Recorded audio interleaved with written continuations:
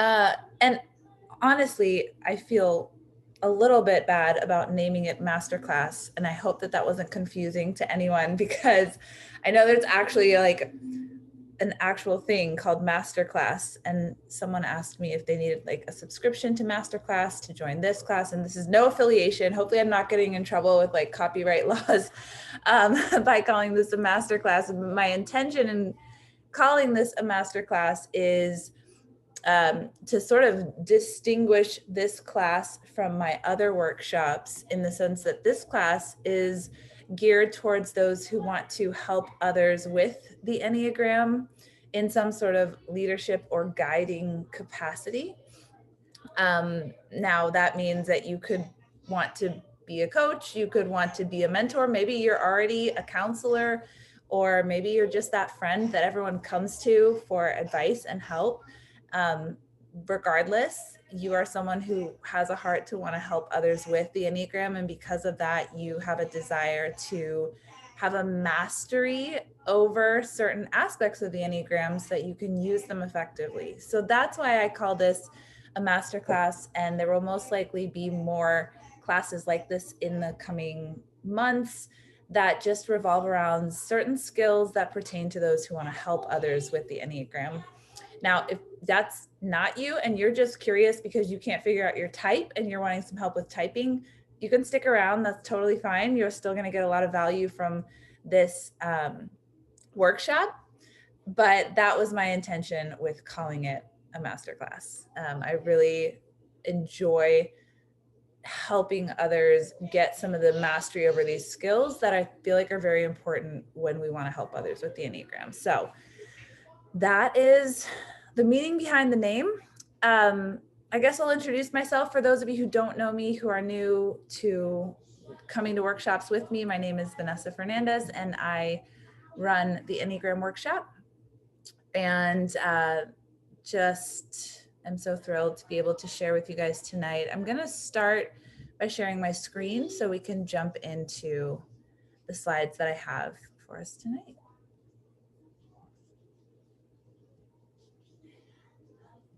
All right, can everyone see? Can you give me a thumbs up if you can see my screen?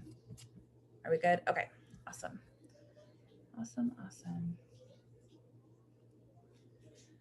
I keep seeing more people joining, which is great. Okay, so this is our masterclass on the art of typing.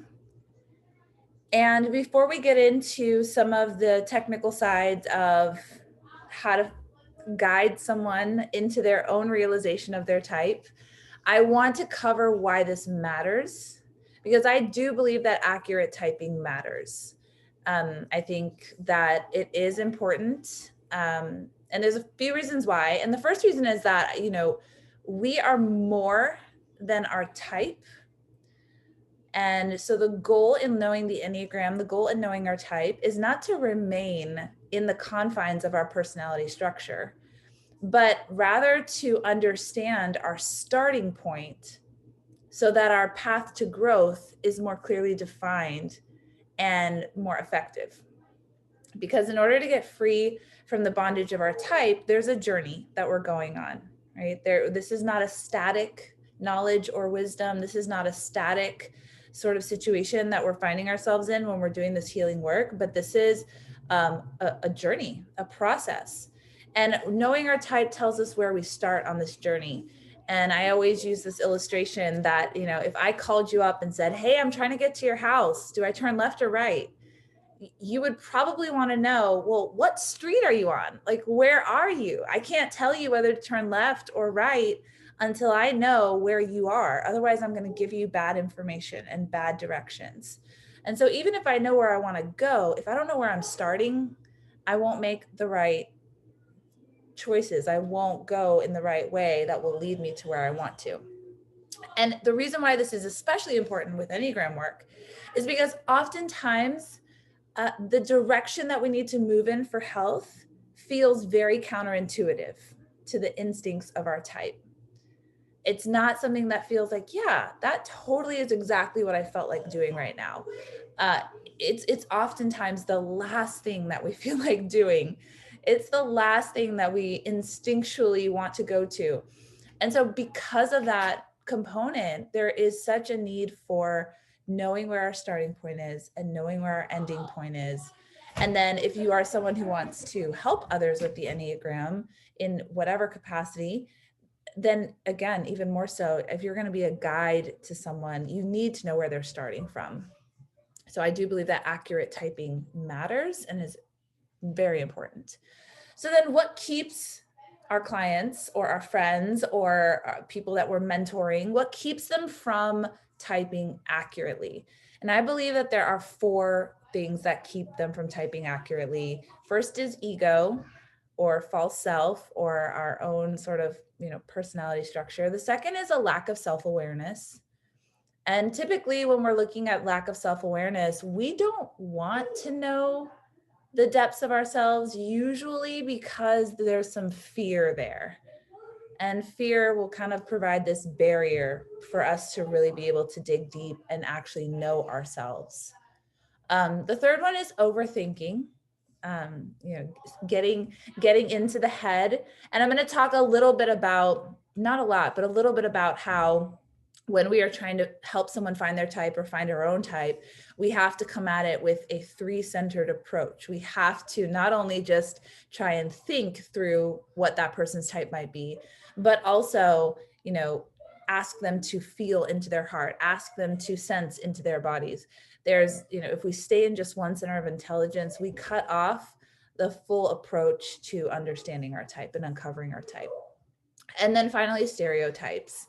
There are stereotypes for every single type. And these stereotypes can really get in the way. I would say most of the time it's stereotypes and a latching on to stereotypes that prevents us from figuring out our type or helping others that we want to guide to understanding their type. So sorry. Let me just make sure. Okay, we're good. So how can we create, if we are trying to help others find their type, how can we create an environment that confronts and solves these challenges in typing? So those 4 things are the 4 roadblocks. Then when we're trying to facilitate or help or guide someone to finding their type, we want to be mindful that we're creating an environment where we're confronting all of those roadblocks and where we're trying to solve those challenges that are going to get in the way. So the first thing that we want to make sure we're doing when we're helping someone find their type is removing shame from the struggle. And what I mean by that is sometimes even the struggle of trying to find their type and not finding it right away creates shame. So if someone reads the Enneagram book or they take a test or they look at some little graphics and it's not instantly apparent to them, all of a sudden, shame might well up with the person that you're trying to help find their type. They might feel, gosh, why do I not know my type right away? Why am I struggling? Why is this not easy for me? Why do I see myself in multiple different places? And that shame that happens from not instantly knowing their type can actually create an additional roadblock to knowing their type. And so when you are facilitating and guiding someone to finding their type, you always want to be mindful to remove shame from the struggle, to assure and remind the person that you're guiding that our ego loves to deceive us. In fact, ego's main role is protecting our true self. And in that protection, it covers up. And so when we realize, listen, this is just part of our personality structure, getting in the way of us having that deep self-knowledge, it's normal. It's nothing to be ashamed of. And also the journey of discovering our true self will be lifelong. So even if you were to know your type from the first second that you heard it, you're still on the same journey as everyone else, which is a lifelong journey of self-discovery and awareness. And then also reminding those who we're working with that shame really does shut down our curiosity and our openness. So the minute that we notice that our clients are sensing shame, the minute that we notice that they're starting to feel bad, maybe that they're not instantly finding their type, in order to create an environment that is most conducive for them finding their type, we have to really do some work to help them pull that shame away and pull that shame aside. Because the more that they're sitting in that shame, the less curious and open they'll be to be able to settle in and actually come to their type. I put in parentheses here, covering in the garden, and all that means is just kind of referencing back to, as an illustration, in the Garden of Eden, all the way back in the beginning of creation. If that's a story that's significant to you, there's this idea of, Adam and Eve being naked, being their full selves, being their authentic selves. And as soon as shame enters into their consciousness, they instantly cover up and they instantly hide. And so a lot of the work that we're doing now is trying to peel off, maybe not literally, although I have nothing necessarily against nudist colonies, that's just not for me, but we're trying to remove the coverings that shame puts on us so that we can see ourselves as we truly are. And so shame really is a big enemy. And as someone who is facilitating healing in others, helping them step out of shame is what is going to be most helpful. All right. Another a piece of helping someone else, guiding them toward their type, is we've got to check our motives and our biases. As a guide, if my motive of helping someone find their type is for me, that's going to cloudy the experience. Whereas if my motive is to help them, then I can kind of pull myself back, and I'm really just an observer and someone who's there to bring clarity, and someone who's there to, like I said, help pull shame away and hold space for the person as they're doing their work. The minute that I step in, and for every Enneagram type, it's going to be a little bit different, but the minute that I step in with my ego and I say, oh, I know, the wise, the amazing, the successful Enneagram type 3 coach, I am going to come in and help you find your type. And if I can't, then I'm a failure, right? Like, so all of a sudden now I'm bringing in all of my mess, and I'm doing it for me rather than for them. Or maybe you say, okay, I know, I'm going to help you find your type. Maybe you're trying to help a friend or a partner or a child, and you're doing it for them, but also kind of for you, because you will gain something by them uncovering their type. And listen, all of that is natural. It's all just a part of our ego structure, but making sure that we check what motives are there before stepping into a space where we're guiding someone to their type is so important. And I always do just like a little breath work and a little, brief, maybe 1 or 2 minute centering practice before I enter into a typing session, because I just want to check what are my motives?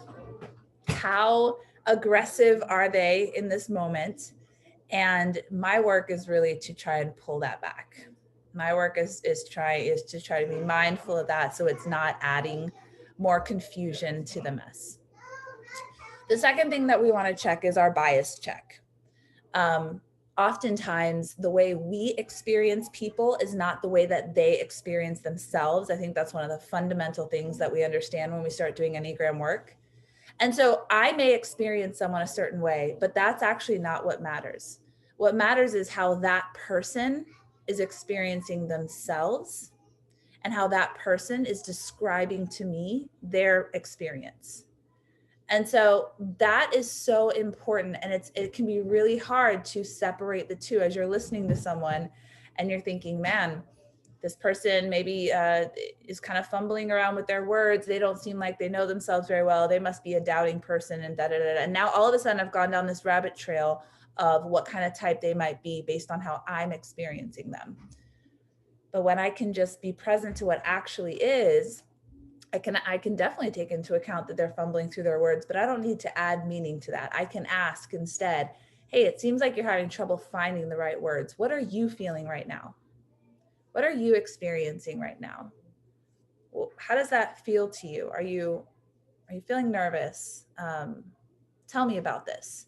So what I'm doing is, rather than assuming and adding on my own meaning to what I'm experiencing from them, I'm letting them put the meaning on it. I'm letting them tell me what their experience is like.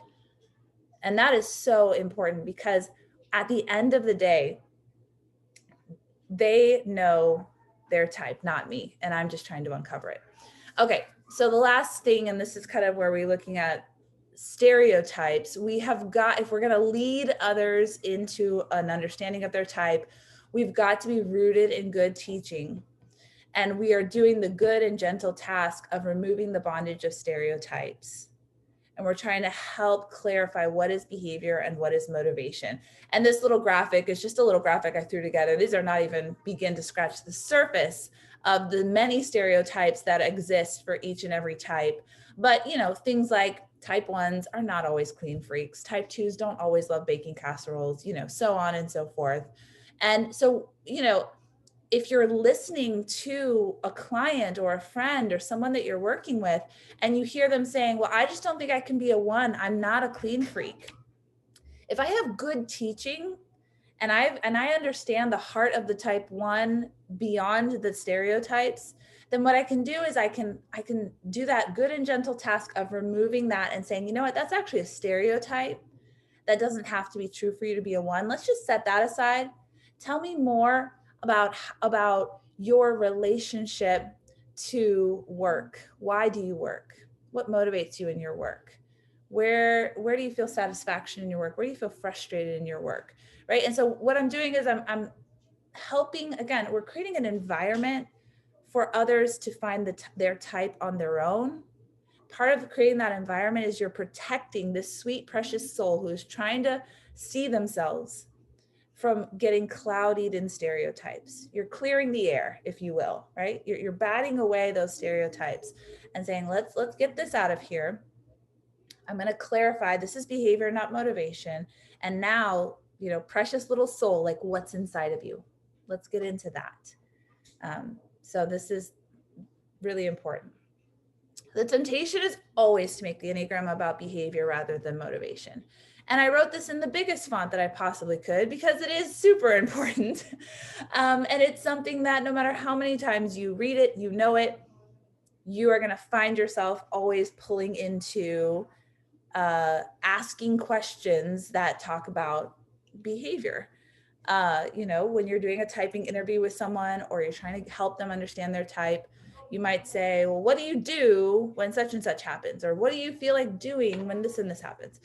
And there's nothing necessarily wrong with starting with behavior because, you know, when they tell you what they do, then you can say, okay, and why? And why do you choose those actions? And why do you, whatever. But if you never ask that second question, you're going to stay on behavior rather than motivation. And listen, it's a temptation everybody has. 9 times out of 10, that is what's at the root of our challenges in typing. So just being really mindful of that is important. Now, this may surprise you, but it is actually not your job to figure out someone else's type. That is not what we're doing when we are typing someone. And actually, I feel like there should be a better word, but there isn't. When you are typing someone, you are not actually typing them. You are, again, creating a safe environment. You are helping clear the air. You are helping remove shame. And even that you can't really do, but you're helping to affirm that the person you're helping should, you know, be aware that shame is not going to be helpful. And what you are trying to do as a guide is you're exploring, you're shining a light on, you're reflecting, and you're holding space. So if you imagine the soul as a cave, you are saying, listen, this cave is dark, it's scary. You may not know what's inside. I'll go with you. I'll go with you into that cave. I'll go with you on that journey. Let's explore together. Let's look over here. Let's look over there. And you're shining a light. You're asking, tell me more about this part of your life. Tell me more about that phrase that you used. Why did you use that phrase? Why did you use those words? So you're digging in. You're shining a light on different phrases, different words, different expressions. And then you're reflecting them back.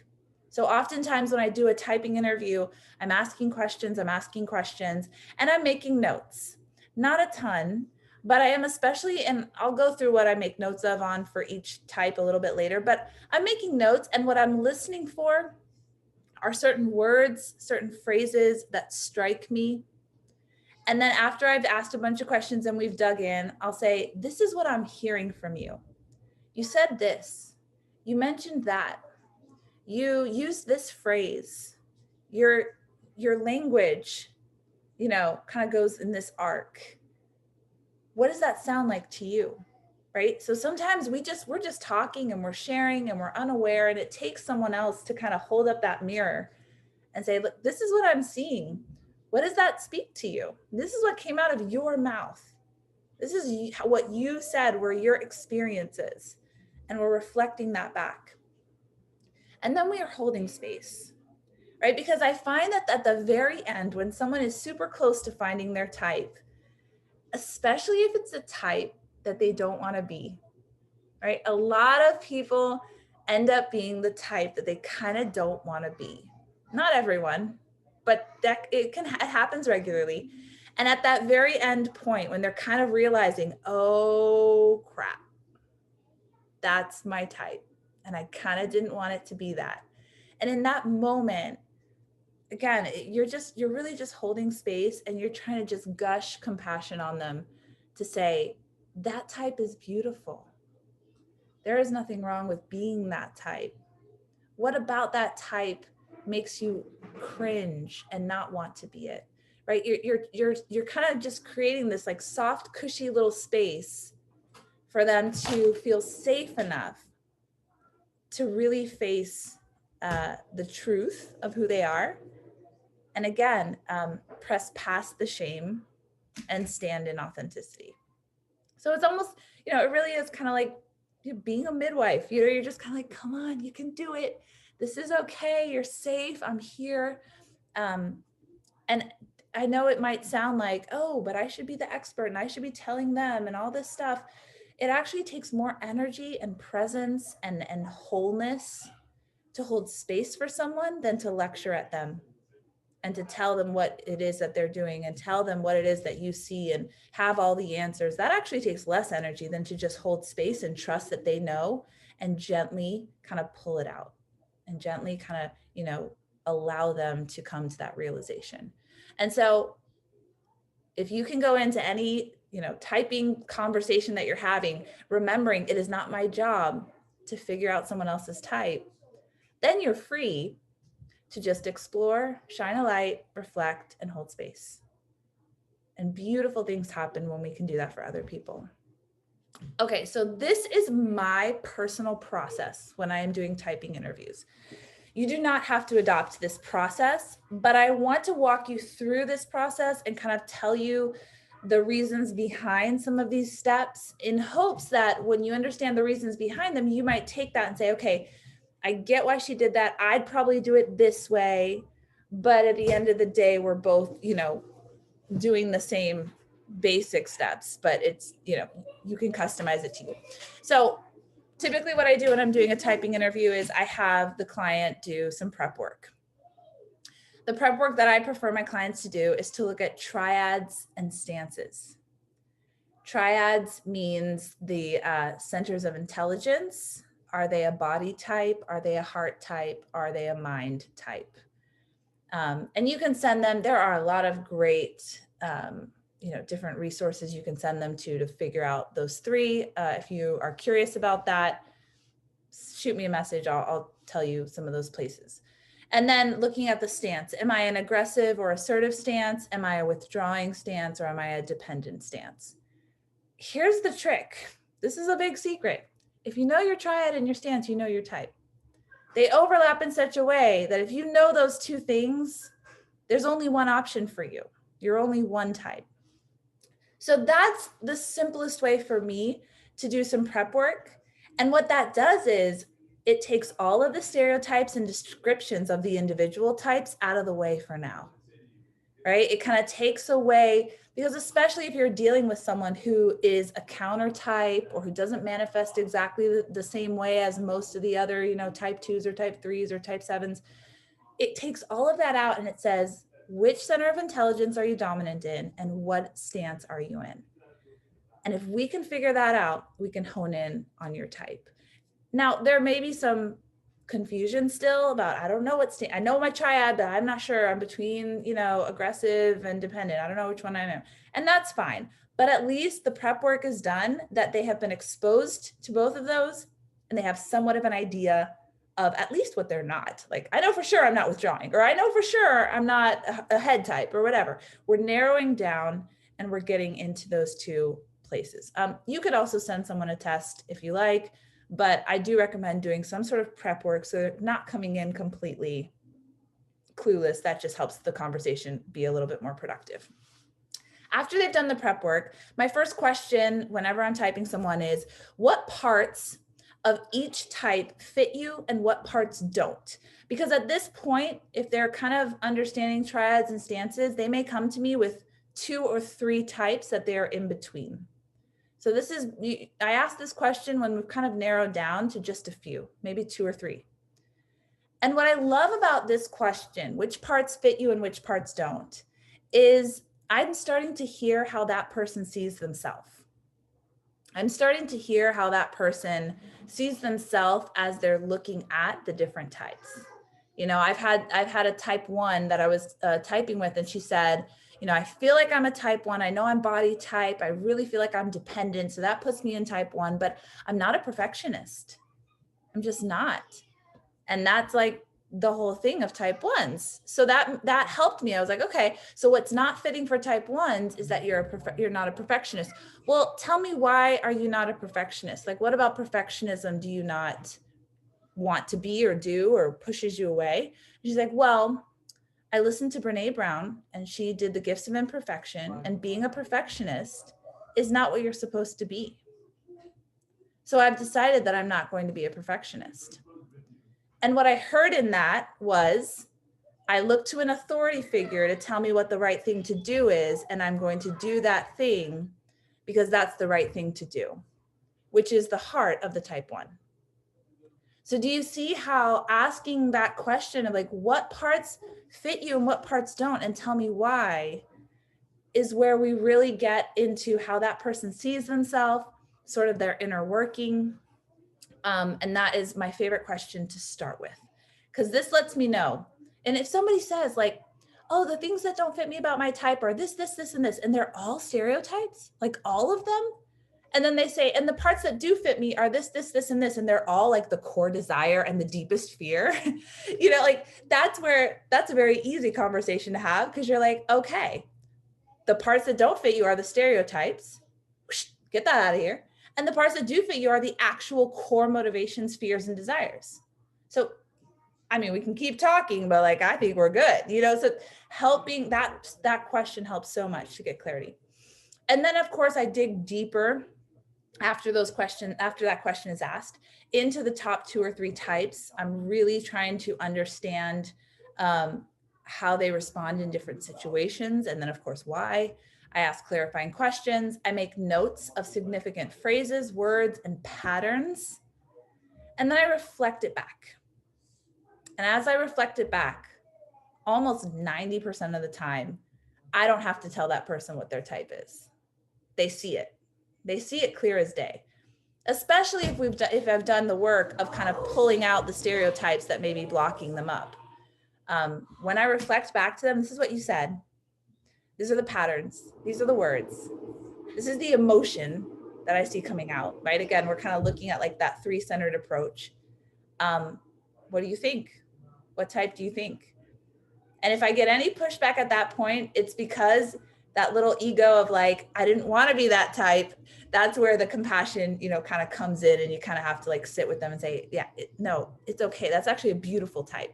Tell me what you don't like about that type. Tell me why that brings up shame for you. Like, and then you kind of like go into coaching all of a sudden, and you're, doing some good work. But that's my process. The last step is just providing clarity and expansion. If I do have more time left in the session, I'll just start saying, okay, here's some things that are good to know about your type here, and I just kind of go into some clarity. And as I'm doing that, it helps cement even more that that's the right type, right? Because sometimes I'll reflect it back and they'll say, yeah, I think I am that type. But I can see in their mind, they're a little bit like, but am I? I mean, I see it, it's clear as day, but there's a little like, I don't know. And then I say, well, let me tell you some things about your type, about this type. And I start going through, and that's when I'll see in their eyes. I mean, oftentimes there's even like emotion, like tears, right? And that really helps them to not only mentally say, okay, yeah, my words, actions, and whatever that she reflected back fit, but also my heart feels it, my body feels it. Okay, yeah, this is my type. All right, let's go. Let's talk about listening, because that is obviously a very important part of guiding someone in their typing. And I kind of talked about this when I was talking about checking our biases.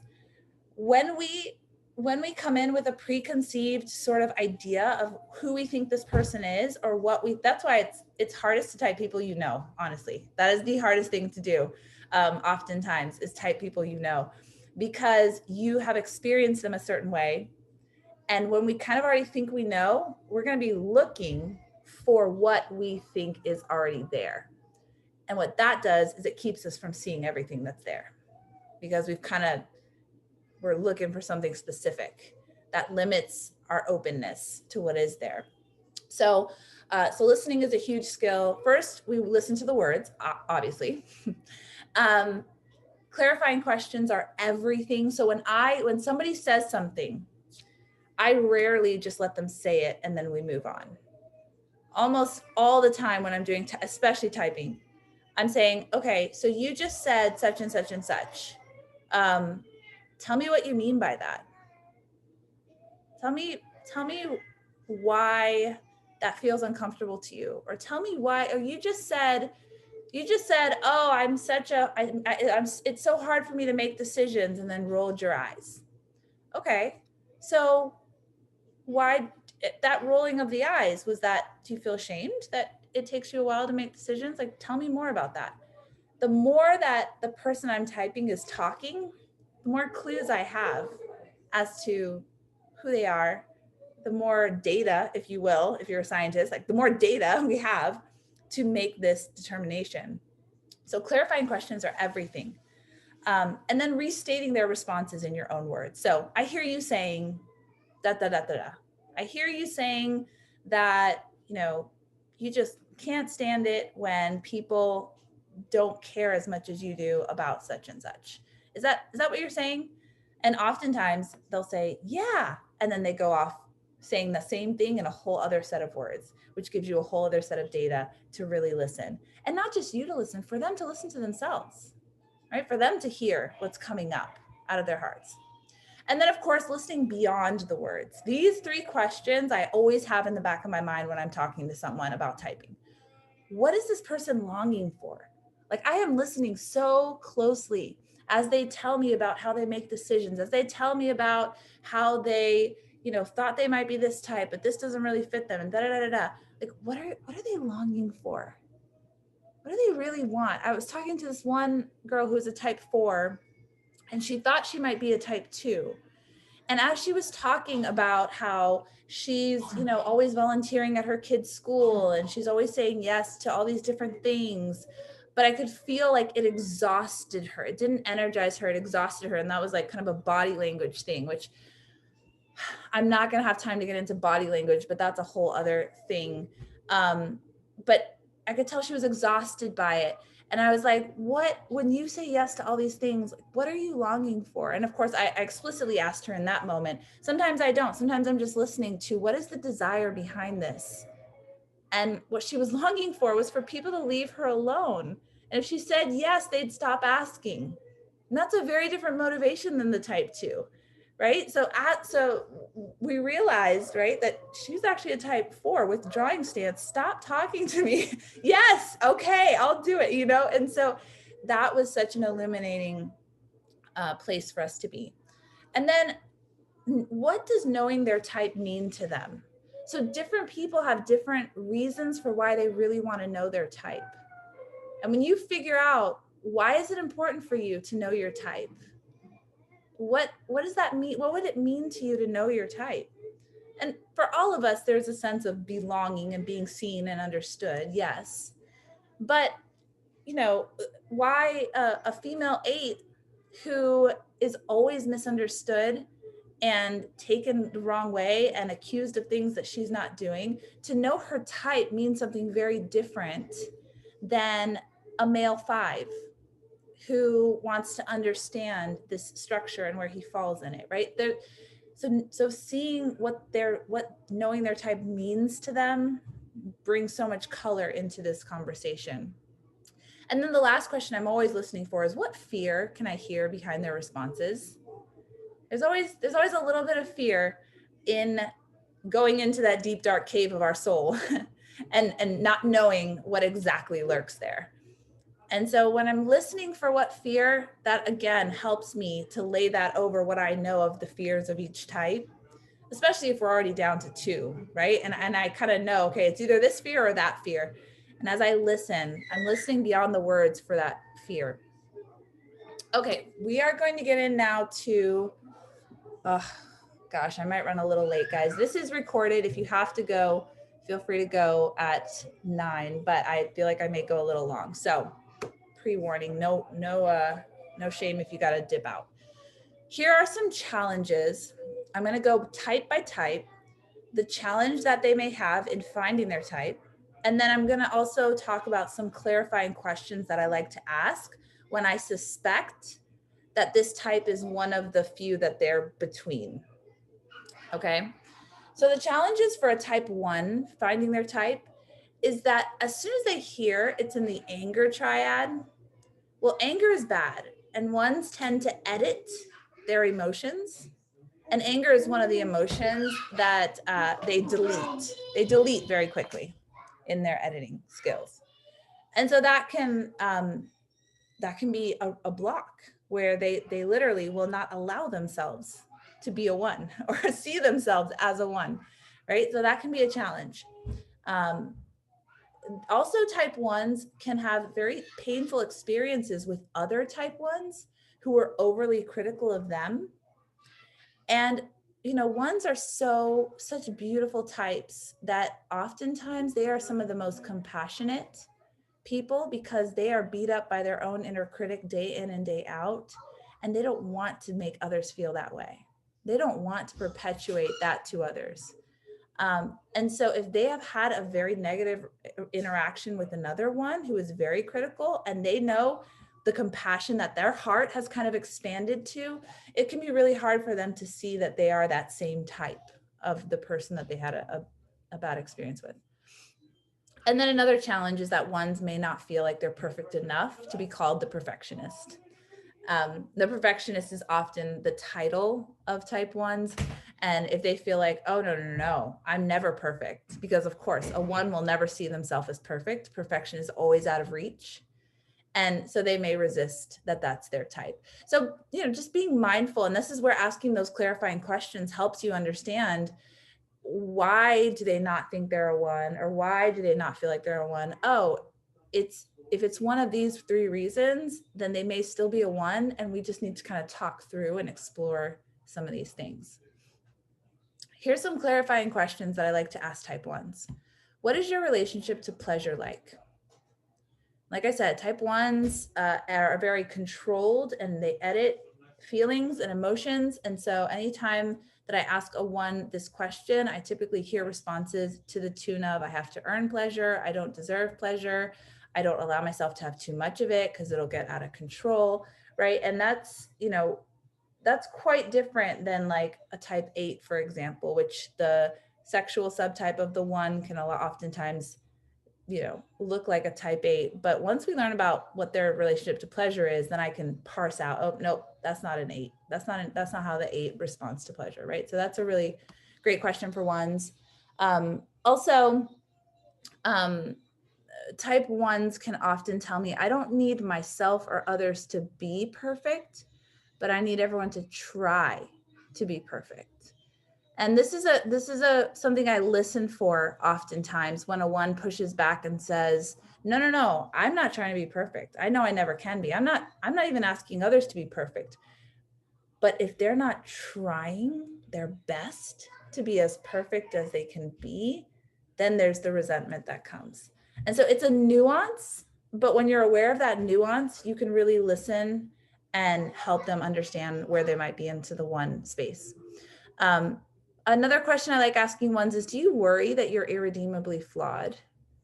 That's a very specific feeling that ones have that other types who are high achievers and overachievers and want excellence don't tend to resonate with. So like if I'm looking at someone who's between a type 1 and a type 3, a 3 does not worry that they're irredeemably flawed. They both have high standards. They both work very hard. They both want things to be excellent. But that's a big distinguishing mark between the two. And then how does it feel to have direct and specific guidelines for what is right? And this is a one will answer that it feels safe. It feels very safe and secure, and they like it. Other numbers, like probably a 9 or an 8 or a 4, like that feels very oppressive and uncomfortable. That does not feel good to them. So anyways, these are just some questions that help me when I'm trying to parse out between two different numbers, and I'm listening for some very specific answers if someone is thinking they're a type 1. All right, challenges for the type 2. Type 2s can have a really hard time identifying with pride, which is the vice or the passion of the 2. And so helping 2s to understand that what pride means for 2s is that they see themselves as the source of all provision for everyone in their life, rather than, there's a greater source and you're not that big of a deal as you think you are in the world, and so that just kind of like just ever so gently clarifying what that pride means, because it can feel like, well, shouldn't I want to be the source for everyone? Shouldn't I want to be this selfless giver to everyone? But when you see yourself as the source, that kind of, it's a very high, important view, and that nuance can be really helpful for 2s to actually identify and say, oh yeah, there it is. That's the pride. It was hiding under a couple layers of other things, but there it is.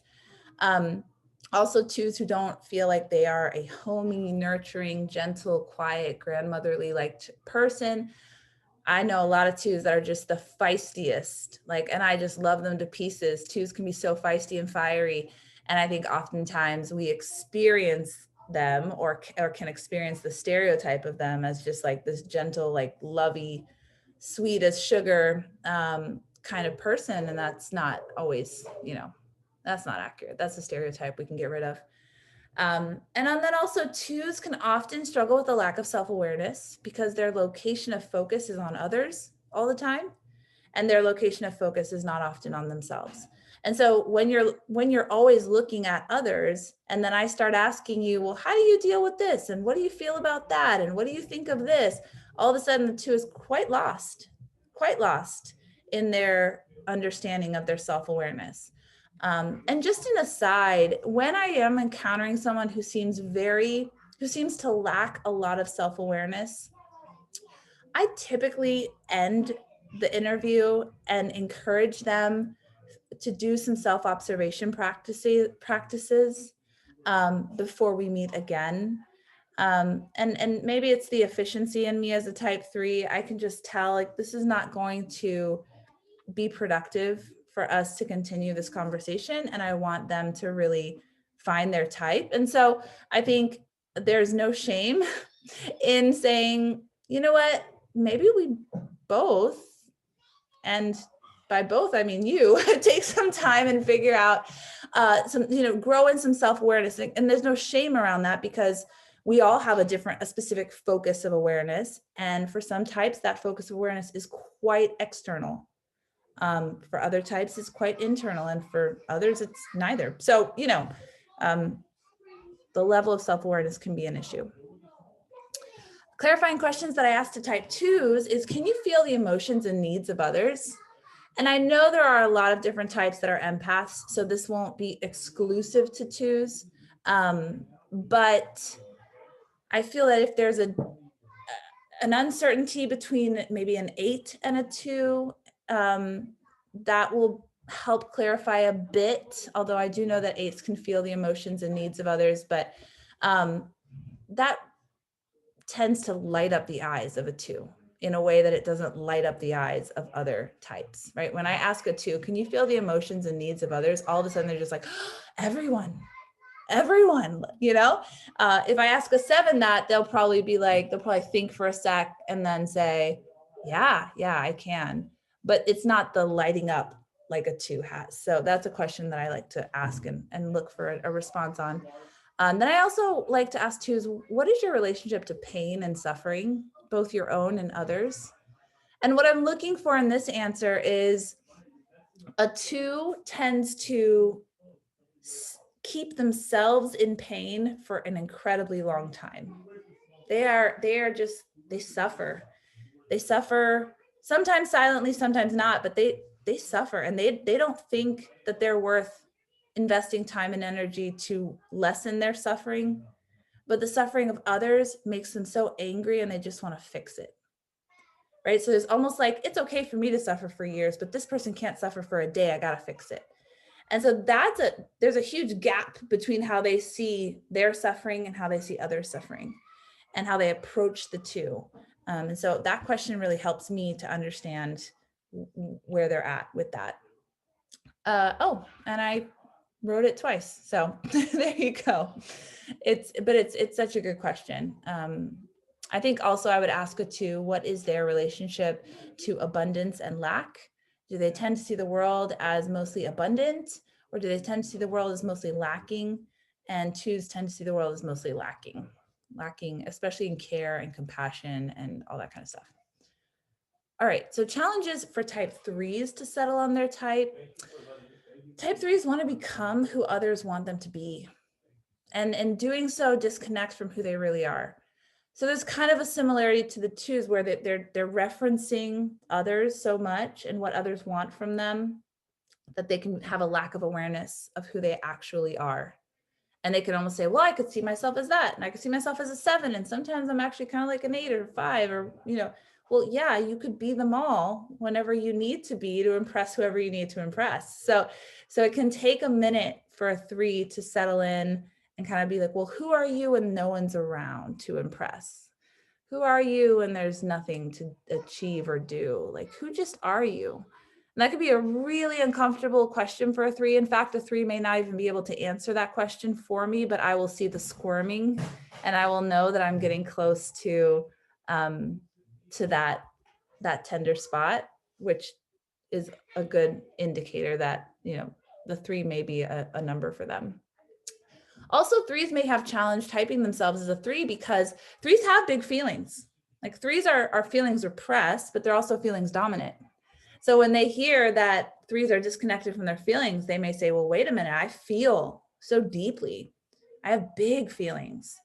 But of course, we know 3s set those feelings aside so that they don't inhibit the doing and the taking action. And so clarifying that piece for a type 3 can help them settle in and say, okay, that's what I do. And then 3s can also have challenge because depth and authenticity could be very important to a 3. And some of the stereotypes are that 3s are shallow, superficial, image driven, they have no depth, they're fake. And if a 3 is actually holds authenticity and depth as being very important to them, they may have trouble finding themselves in the type 3 archetype. Some of the clarifying questions I like to ask 3s is, when you are working, do you tend to see the world as opportunities to achieve or problems to fix? And what I'm looking for when I ask this question, a type 1 tends to see the world as problems to fix, which is more of like a negative. And a type 3 tends to see the world as opportunities to achieve, which is more of a positive. And so again, trying to parse out that high achieverness, and do they tend to fall more toward a 1 or toward a 3? And then another sort of mistype that 3s can fall into is a 3 and an 8. And so I like to ask those who are between those, do you tend, when things go wrong, to feel like it was my fault and shame? Or when things go wrong, it was their fault and let's take some vengeance, right? A 3 will often take it in and an 8 will take it out. And so that's a good way for me to kind of dial into which side do you fall on? and help the 3 understand that nuance. And then for 3s, a big deal for them is attention. When you're not paid attention to, what kinds of feelings and messages are you tempted to believe about yourself? And this question really helps me to understand the heart of, is not being paid attention to a big trigger or not a big deal at all? That'll tell me a lot as to whether or not this person is probably a 3. All right, when we're typing 4s, there are lots of challenges because 4s long to be known, but also don't want to be known at the same time. So there's like a push-pull there for the type 4. And oftentimes when 4s are being typed, they feel like they're not 4 enough to be a 4, right? Because 4s always feel like there's something missing in them, that they are missing a piece. And so I couldn't possibly fit anywhere. Which of course is such a 4 thing to think, but it makes them think that they're not a 4. And so that can be a difficult thing to just kind of walk them through and help them see, well, that actually is the heart of the 4. 4s also can, well, I think all of us can misunderstand the need to be special or unique. 4s don't just want to be special or unique. That's a really surfacey kind of need that I think a lot of 4s just really shudder at and don't resonate with. What that is stemming from, though, is a lack of origin or belonging. And so they're trying to create their own identity because they feel like they don't have one. That's very different than just saying, oh, you just want to be special, right? So when we kind of sink in a little bit deeper to saying, well, do you feel like you don't belong? Or you don't have an identity? And how do you try to craft that for yourself, right? That helps us sink in to the true nature of the 4 and where that uniqueness is coming from. And then a lot of 4s do not feel overly emotional. They don't cry all the time. In fact, I feel like there's almost 2 different kinds of 4s. There's a 4 that cries every single day. And then there's a 4 that hasn't cried since 1995. You know, like there's just, that's a stereotype that I think keeps a lot of 4s from settling in on their type. Especially the self-pres 4s can tend to be much more just not all emotional in the sense of crying. So some clarifying questions that I ask 4s is, would you describe yourself as a person who's satisfied with life or always hungry for more? 4s and 9s can get mistyped often. So oftentimes I have people who are between those 2. And a 9 is quite satisfied and not really hungry for more oftentimes. Not all the time, but 9s are kind of just, they can be a little stagnant and satisfied, and 4s are always hungry for more. They are dissatisfied with their life. And then I ask them, well, what does that feel like? You know, what does it feel like to always be hungry? And oftentimes 4s will tell me the idealized visions and images that they have, that they wish their life could be, that they want to attain, that imagination that they have to craft a beautiful world. And when I start hearing them go into that and tell me about that, that is a big clarifying point for me. And then this question I love, which feels more scary, to be known or to not be known? And this question is kind of a trick question because the 4 fears both. And it's similarly to the type 3 when I ask them, you know, who are you when no one is around?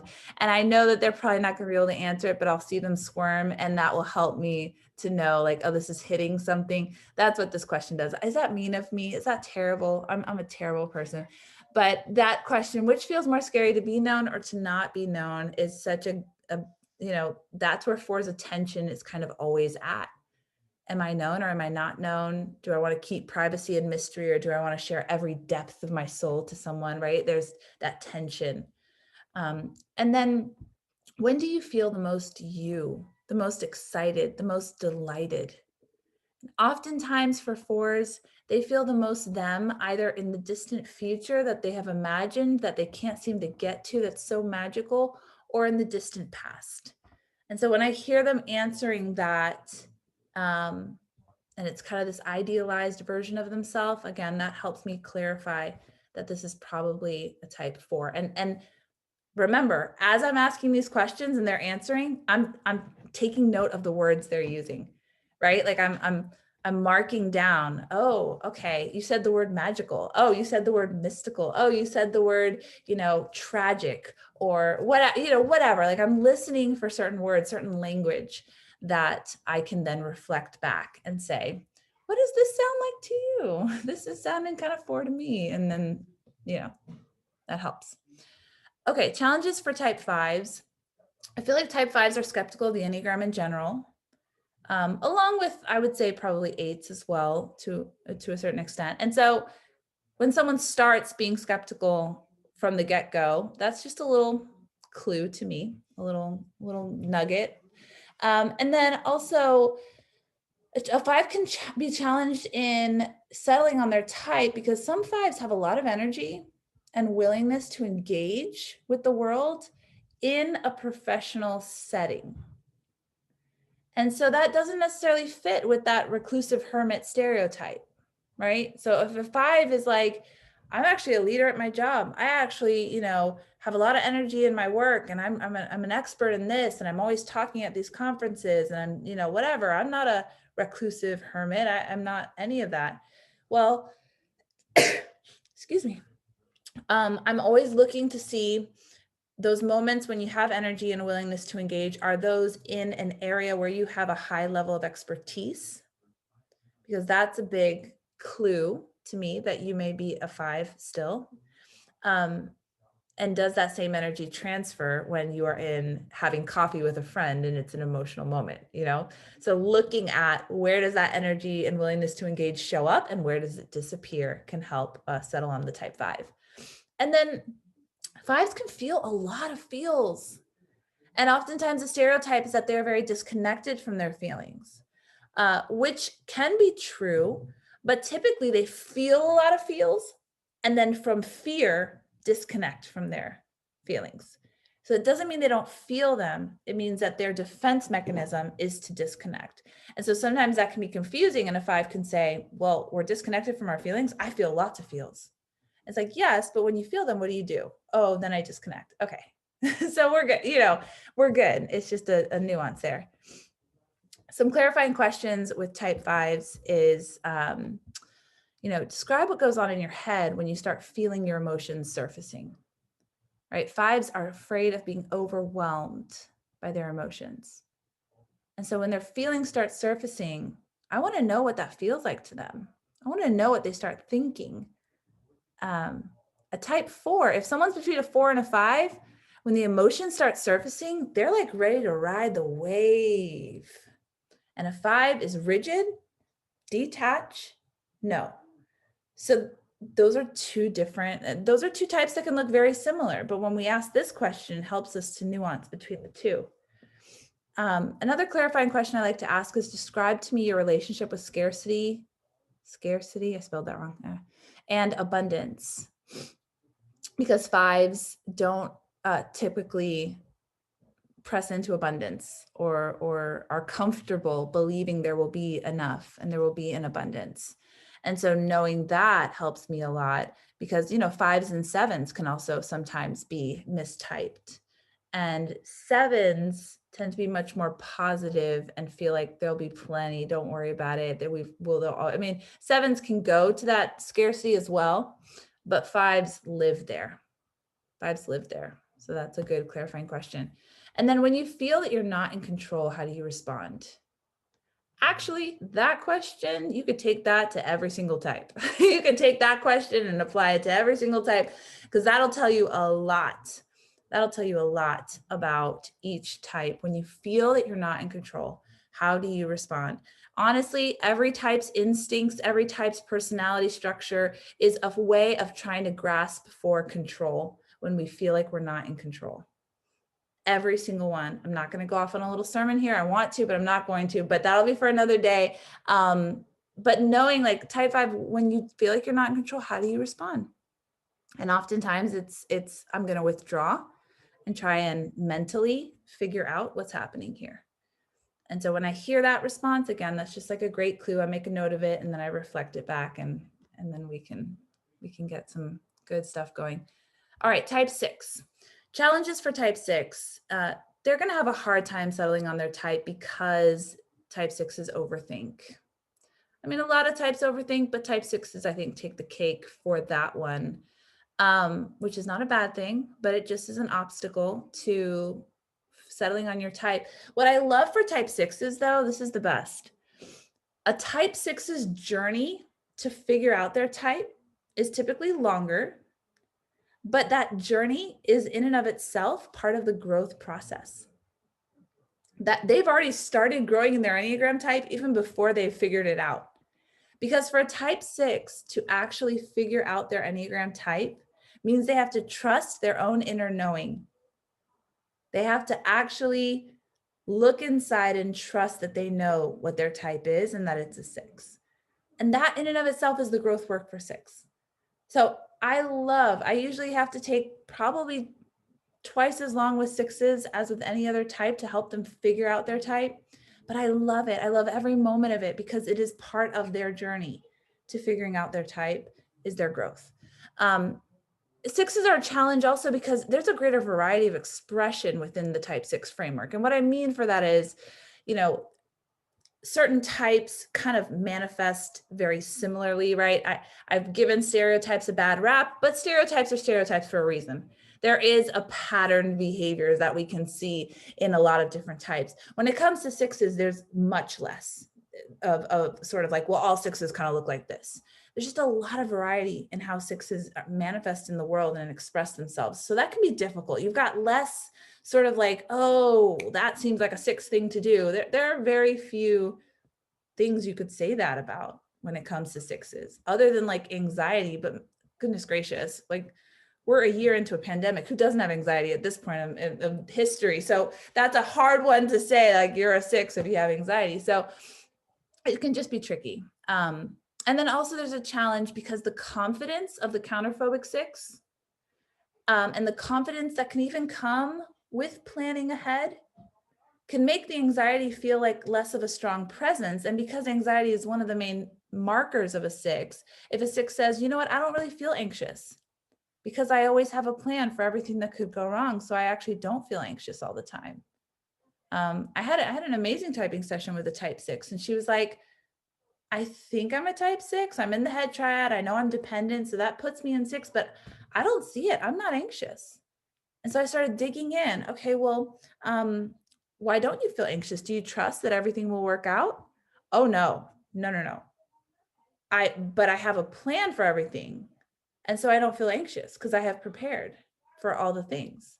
And so I was like, okay, well then you are a 6. Well, I didn't tell her that, but we kept what's going on in my head because, it's not the anxiety, it's the reaction to the anxiety that she still has. That's still that marker for type 6. So some clarifying questions I like to ask 6s is describe to me your relationship to authority. 6s are kind of obsessed with authority.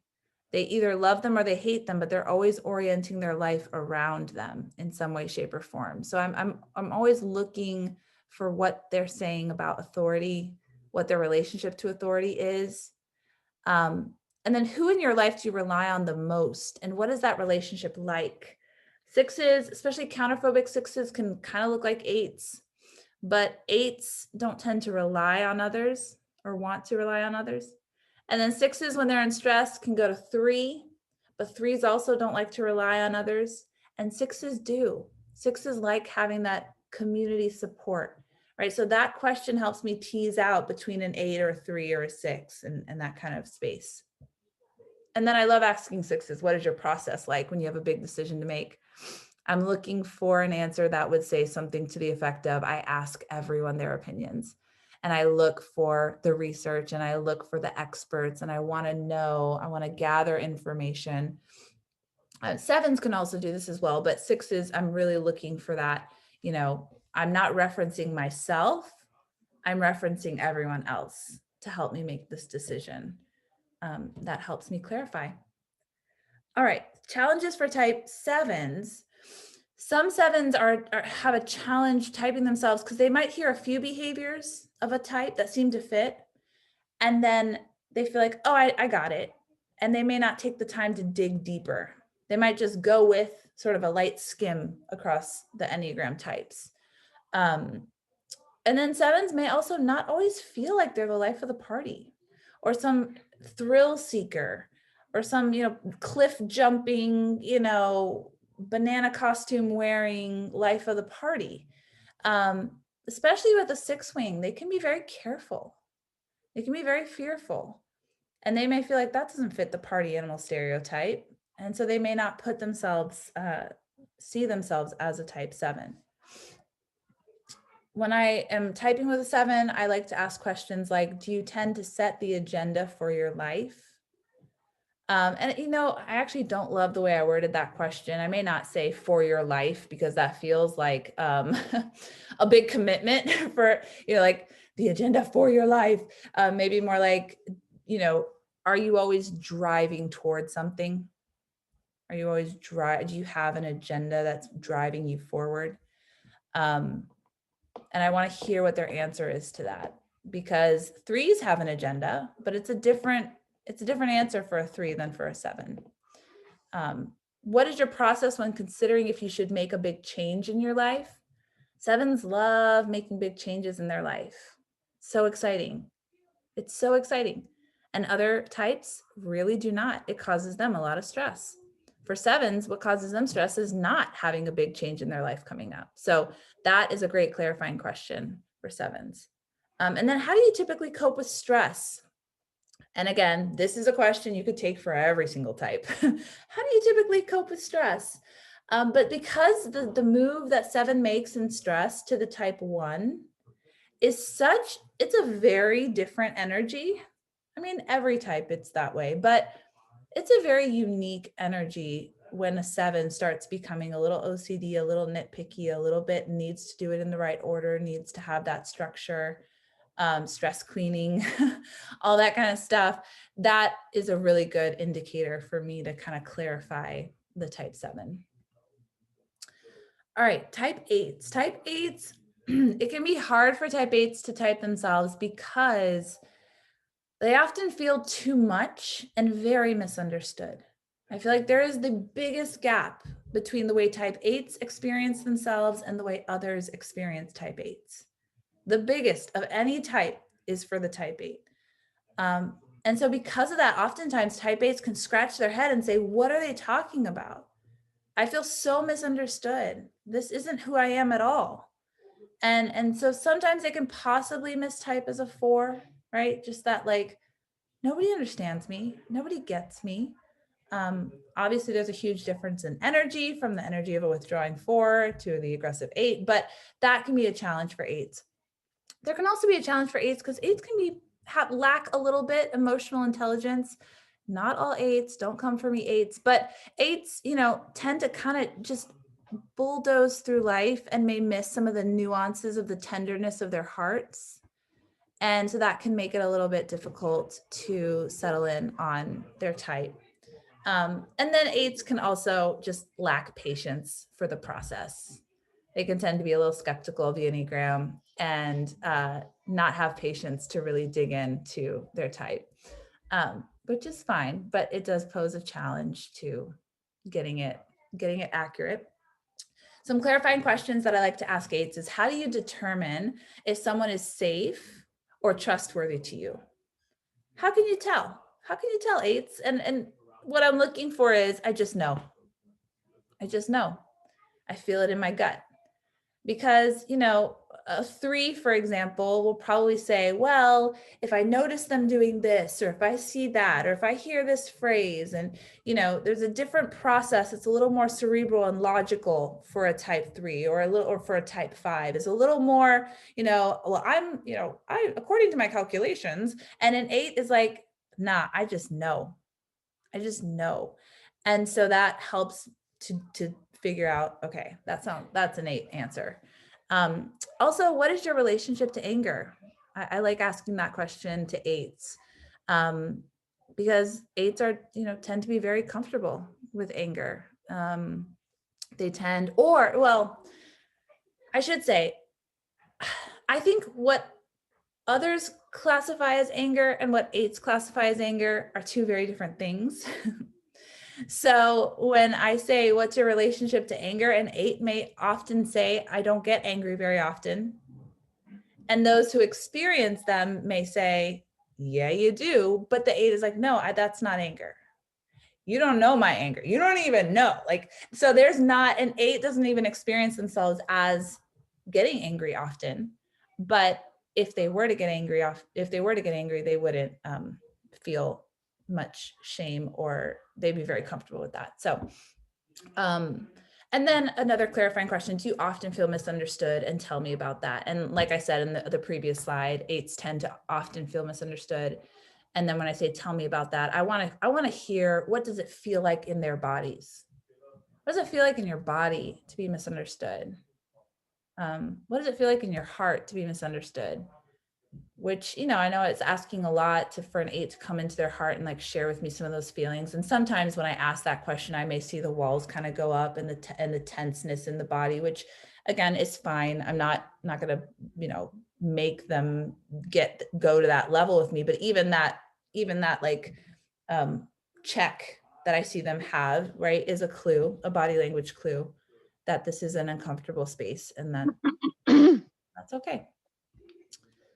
All right, challenges for type 9.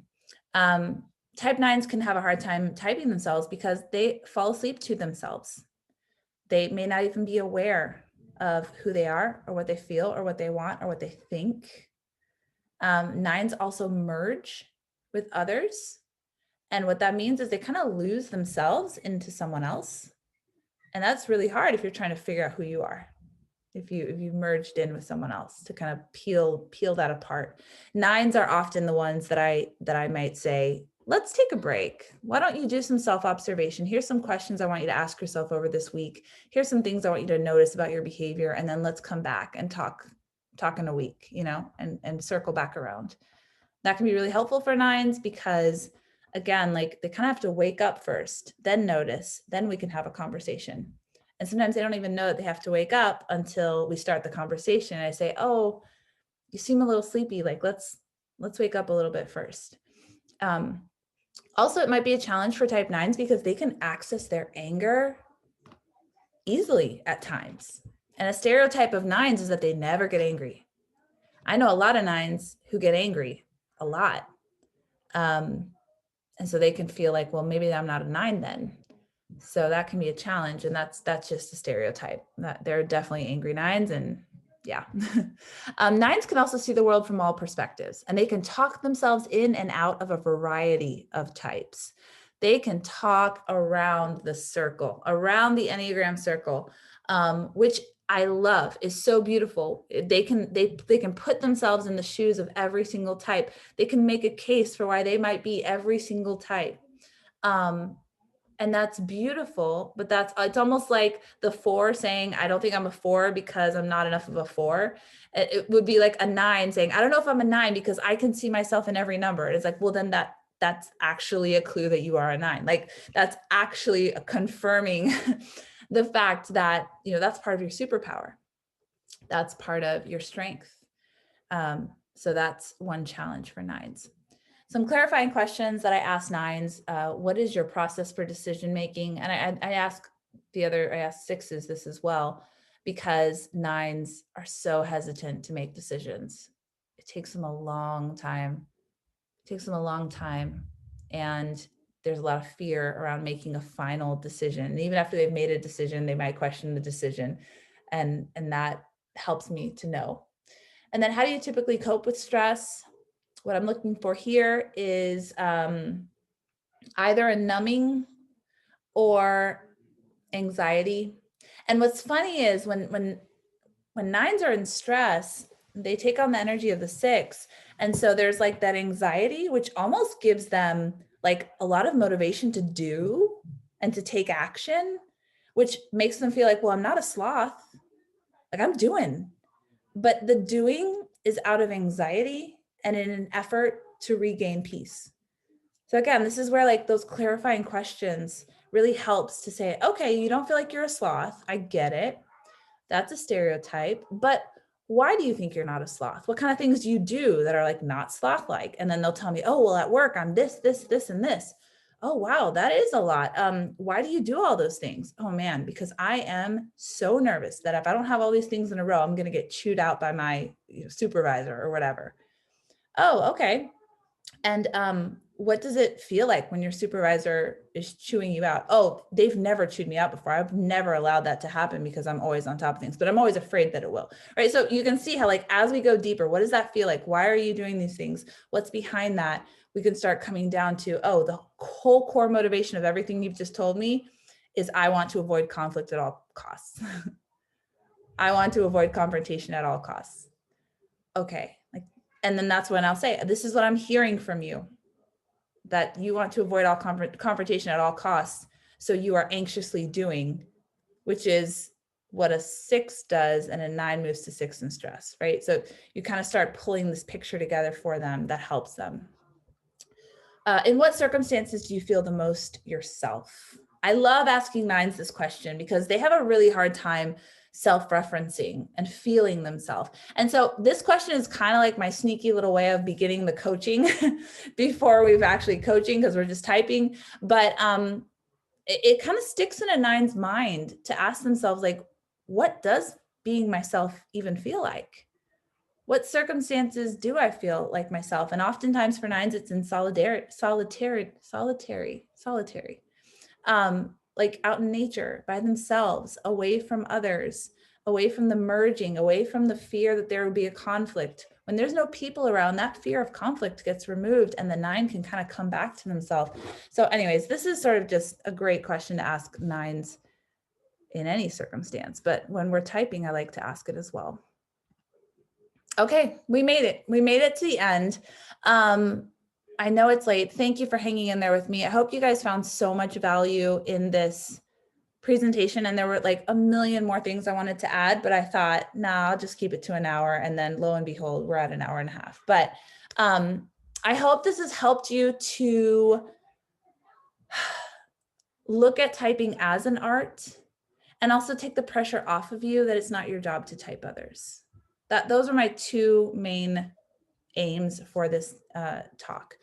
Now, the last thing I want to talk about is just this apprenticeship program that I have going on. I know a lot of you are wanting to use the Enneagram to help others, and you may not want to do it as a coach, and that's totally fine. Actually, I love like the low-key Enneagram experts who are just like their friend's go-to person for it. Like, I think there's so much power in that, and it's such a beautiful thing to be that person for those in your life. But if you are looking at doing Enneagram work, and you want to learn more about the apprenticeship program, it's not a course or like sort of a curriculum necessarily. It really is an apprenticeship, sort of a one-on-one or very small group work that includes me working with you to do inner work, and then helping you learn how to guide others to healing, and then really building some great business skills with you. So I just wanted to throw that out there, that this is available only until the 14th. So there's about 10 more days that I have the doors open. And I actually only have about 3 to 5 spots left, because I really want this to be something that's intimate and that is that I can really give myself fully to. So if this was something that provided value to you and you resonate with my teaching style, I just want to let you know that I am taking on apprentices at this point, and you can let me know if that's something you're interested in. All right, my friends, I'm going to stop the share and I'm going to stop the recording.